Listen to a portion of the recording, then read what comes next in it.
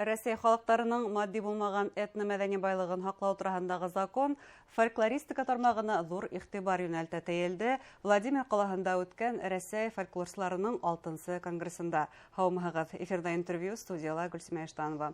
Программабызның кунагы Рәсәй Фәннәр академия Өфө гыйльме тарих, тел һәм әдәбият институты бүлек мөдире, филология фәннәре докторы профессор Гөлнур Хусаинова. Һаумыгыз, Гөлнур Ильина.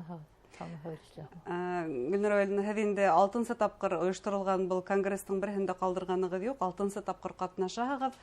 Димәк, быел һөйләшү башлыса бына ошо этно-мәдәни байлыгыбызны һаклау турындагы закон хакында һөйләшү, уның әһәмияте турында булды. Закон гына түгел, законды хатта әҙерәк кенә һуңракта кабул иттеләр, уга тиклем үк башланды. Һәрбер төбәктә үзләренең ошо этно-мәдәни объекттарын реестрга индерү. Менә безнең Башкортстанда ул 22-нче ултырыш булды, эксперт советының 22-нче ултырышы булды. Без күптән инде Башкортстан халыктарының шул этно-мәдәни объекттарын реестрга теркәп барабыз. Шуннан һуң Рәсәйнең үзенең реестр инде, федеральный реестр.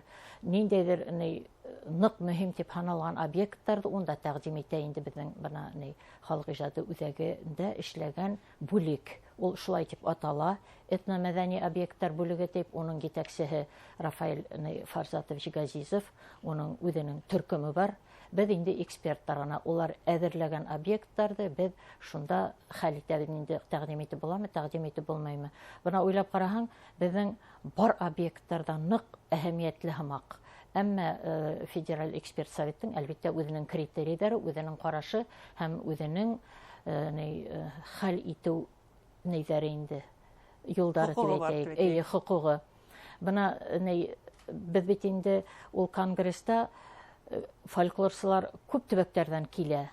Шунда уйламаганнан һүз сыкты Алтай фольклорчысы Тамара Михайловна Садалова менән. Ул 12-нче елда ук диме Алтайда ошондай законды эшләгән булган. Шуннан һуң объекттарды индерә башлаган. 120-нән ашу объект бар инде. Кызганычка каршы шуны юкка сыгардылар ди. Үзе эштән киткәс. Була бит инде шундай хәлләр. Шуннан һуң бит инде безнең республикала был закон федеральныйдан алданрак кабул ителә. Һәм бына ниһаять федераль кимәлдә ошо закон кабул ителде.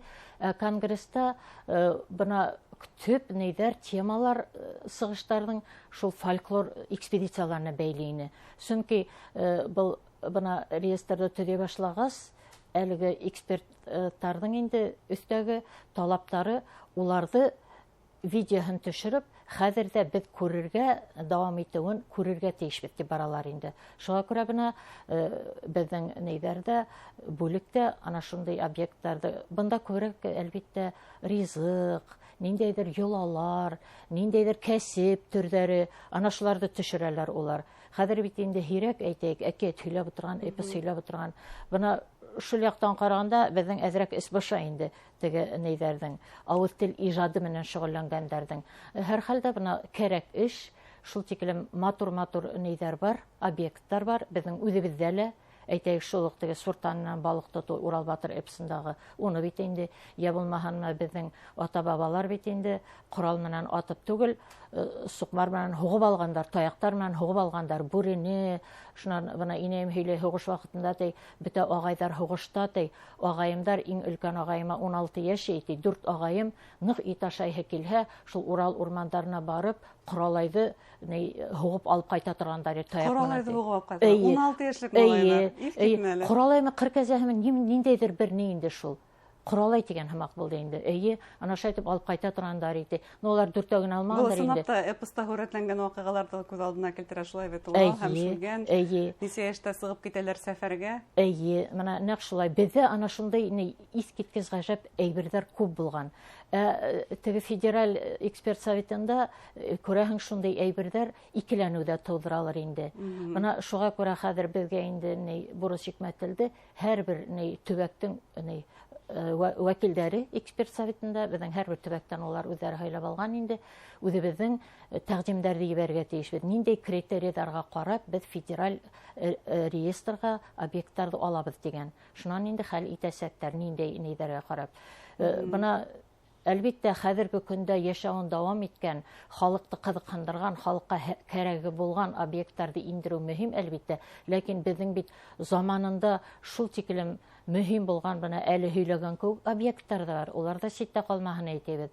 Һәр хәлдә бына күпмеһен алһалар да алалар инде. Әгәр дә улар алмаһа, безнең үзебезнең республика реестрында ошондай әйберләр барыһы ла урын аласак. Улар хакланырга тиеш. Улар хакланырга тиеш һәм улар хакланасак. Бына һәр экспедициялар турында әйттегез. Улар нисек әлеге вакытта авыз тел иҗаты кумарткаларын гею экспедициялар оештырыламы? Әлбиттә оештырыла. Һәм без шулар араһында шулай ук әүҙем әлеге көндә лә фольклор материалын йыйган төбәк булып һаналабыз. Кайһы бер урындарда юк диләр. Бына әле шул конгресста бер кызык хәл булды. Бер удмурт әйтә, нидә экспедициялар йөрөй, бер дә төшерер нәмә юк ди. Аптыраганнан хәзер бер әбигә ингән инде, теге сыракты һыдырып ди, ут ягырга йөрөй ди. Бысак менән борынгы бер вакыт газ булмаганда шайтып утты, самаурды токандыра инек бит. Ана шулай әйтеп ди. Һөйләнеп утыра инде үзенең удмурт телендә нәмәләрдер, ниндәйдер мәкалдәр әйтә. Шуннан был ни әйтә инде тикшеренүсе. Тоттым да ошоны мин нигә YouTube'ка куйдым ди. Шул тиклем ни кызыксыну зур булды ди. Кыйммәтле нитекләр шулай ябай авыл кешеһенең бүгенге көндә шулай итеп яшәп яту. Хатта итальяннанмы, испанияннанмы тәрҗемә итеп үзләрендә күрһәттеләр ди. Бына шулай кызыксыну зур. Төрле төбәктә төрлесе. Һәм быны без күрдек соңгы вакытта Урал Батыр эпосына таянып язылган йырҙарҙың нитеклем популяр булып китүен. Шулай бит. Димәк, ысынлап та фольклорыбыз бүген безгә ул кәрәк, кыйммәтле һәм кадерле, шулай бит. Кадерле һәм нәмә дип әйтәм, кызыксыну бар. Уның хатта теле лә юк. Бына беркемдә был башкортлыгы бит әле дип әйтмәне. Бөтә дөнья шул әҫәргә гашык булды бит инде. Һәм әлбиттә буның менән безнең халыкның мәдәниәтенә лә кызыксыну артты дип әйтергә була. Бына ошо кызыксыну булган өчен безгә популярлаштырырга кирәк. Нисек бына нинди саралар бар? Нисек популярлаштырырга? Популярлаштыру өчен бына безгә инде гыйльми хезмәткәрләргә иң һәйбәт майдансык, мин уйлыйм, ошондай конгресстар. Бына әле әйтеп үттегез бит инде 6-нчы бөтә Рәсәй фольклорчылар конгрессы булып тора 2006 елдан 4 елга бер. Унда инде тегенемә дип әйтәм, темаларга карап, аннотацияларына карап докладтың һайлап алалар. Бына быел безнең республиканан унда 7 кеше элеккәйне, 2 кызганычка каршы бара алманы Садыков менән Баязитова. Безнең институттан 4 фольклорсы барды һәм БГПУнан Розалия Сандерна Султангәрәева барды. Без барыбыз да уңышлы сыгышлы яһап, үзебезнең башкорт фольклорын бына шулай лайыклы күрһәтеп кайттык. Һәм иң мөһиме, безнең бына институттан барган сыгыштарның барыһы ла һуңгы елдарда язып алынган фольклор үрнәктәре буенча. Минең мәсәлән 21-нче быуатта язып алынган эпостар. Куды көрпәс Маян Һылыу, Алпамыша, шунан һуң Акхак Кола, шуның һымак нәйҙәрне аптыранлар инде. Ярсыҡтары әлбиттә. Без әйтмәйбеҙ, без тотош менә элеккесә нәйҙәр дип. Һәр хәлдә уларның шулай ҡыҫҡаса йөкмәткеһе халыҡ хәтерендә һаҡланыу шулай уҡ мөһим. Шунан һуң Айгөл Мөжәүирова Хәкимйәнова һөйләне теге һамаҡтар тураһында, дауалаганда менә әйтәләр, әйтек, осоп кит, ҡотом килһен, шуның һымағыраҡ инде. Йә булмаһа тимерәү, шундай һамаҡтар шулай уҡ беҙҙең халыҡтың хәтерендә йәшәй һәм улар хатта ҡулланыла. Ана шулар тураһында һөйләне. Шунан беҙҙең йәш коллега Роза Ахметовна ул һөйләне оригинальные образцы башкирского детского фольклора. Шулай уҡ аптыранлар. Нейҙәрҙе әйтеп бөтмәненә 4 йылға бер беҙҙең фольклорсылар конгрессы, 2 йылға бер этнографтарҙың бөтә Рәсәй конгрессы үтеп тора. Шунан шулай уҡ 4 йылға бер Себер фольклорсыларының конгрессы үтә. Беҙ унда ла әүҙем ҡатнашабыҙ. Бына 3-нчеһе былтыр булды. Бына шулай аралаштырып торала. Шунан һуң сәсәндәр ижадылы һуңғы йылдарҙан әүҙем өйрәнелә. Бына Бишкәктә, Үзбәкстанда, Элистала даими булып тора. Уларҙың да конкурс менән бергә түңәрәк өҫтәлдәре шунда инде ҡарала ҡайһы төбәктә әле сәсәндәр ижады йәшәүен дауам итә. Ул бит инде беҙҙең ғәҙәттә Яҡуттар, Алтай, Ҡалмыҡтар тип әйткәндәй, беҙҙә әҙерәк бар инде. Бына сәхнәнән һөйләгән, бына беренсе конгресста хәтеремдә бер түңәрәк өҫтәл бар ине. Фольклор на сцене, фольклорли тигән һорау менән сығыш яһанылар. Ысынлап та бит инде ул теге сәхнәнән яңғыраған фольклор әҙерәк икенсерәк. Импровизация түгел демәкселәр. Әйе. Ул бит инде теге йәнле һөйләү телендә яшәгән әйбер түгел. Бына һуңгы вакытта әйтә башланалар. Эпостарга таланты булган кеше юлдар өстә ала. Ни в коем случае. Улар өстәй алыр ине, әгәр эпостың яшәгән дәвре булһа, телдән телгә күсеп яшәгән дәвре булһа, шулай шымарган бит инде, нәмәнлер төшереп калдыргандар, нәмәнлер өстәгән дәрс әсәннәр. Ул вакытта теге эпическое время, когда было, можно было. Ә хәзер эпос дәвре үткән, без инде теге безгә шымартылып килеп иткән әсәрҙәр менән эш итәбез. Һәм уларга тиергә ярамай. Нисек бар шулай? Нисек бар шулай. Хатта менә безнең фольклорчылар әйтәләр, бер хәрефен дә урыны менән алмаштырырга ярамай. Филология фәннәре араһында фольклор фәне, математика фәне кеүек, унда бер хәрефле алмаштырырга ярамай дип. Менә әле әйттем бит, у тип биргән икән Буранғолов текстында, ул тип түгел, без у тип калдырырга тиешбез.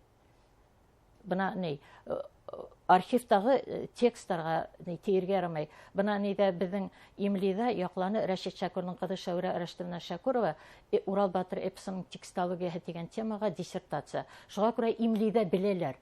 Без беләбез, башкортларның Урал батыр эпосы архивта хакланган, төп нөсхәһе шунда тип. Шулай булгач, без ул мифологик эпоска берничә дә кул тидерә алмыйбыз.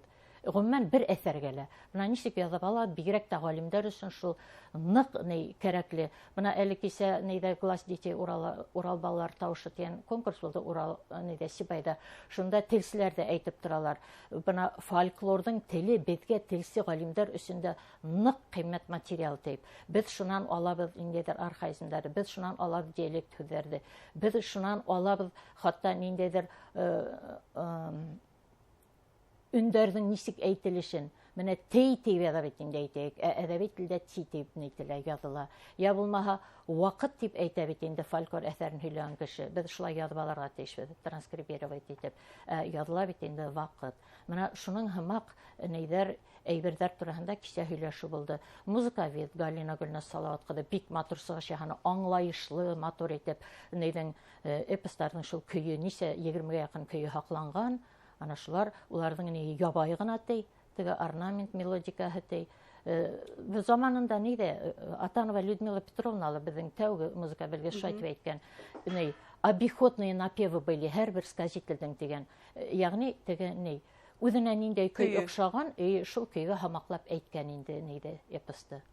Бына шулай 21-нче буатта ла, ханлы буатта ла фольклорга, халык ижадына игътибар һәм кызыксыну арта дип әйтә алабыз, шулай бит. Әйе, әлбәттә. Зур рәхмәт сезгә, Гөлнур Ойлымна, эшегездә уңышлар теләбез. Хөрмәтле тамашачылар, Рәсәй фәннәр академияһы, Өфе гыйльми үзәге Тарих, тел һәм әдәбият институтының бүлек итәкчесе Гөлнур Хосайнова мәһәлләштек. Игътибарыгызга зур рәхмәт.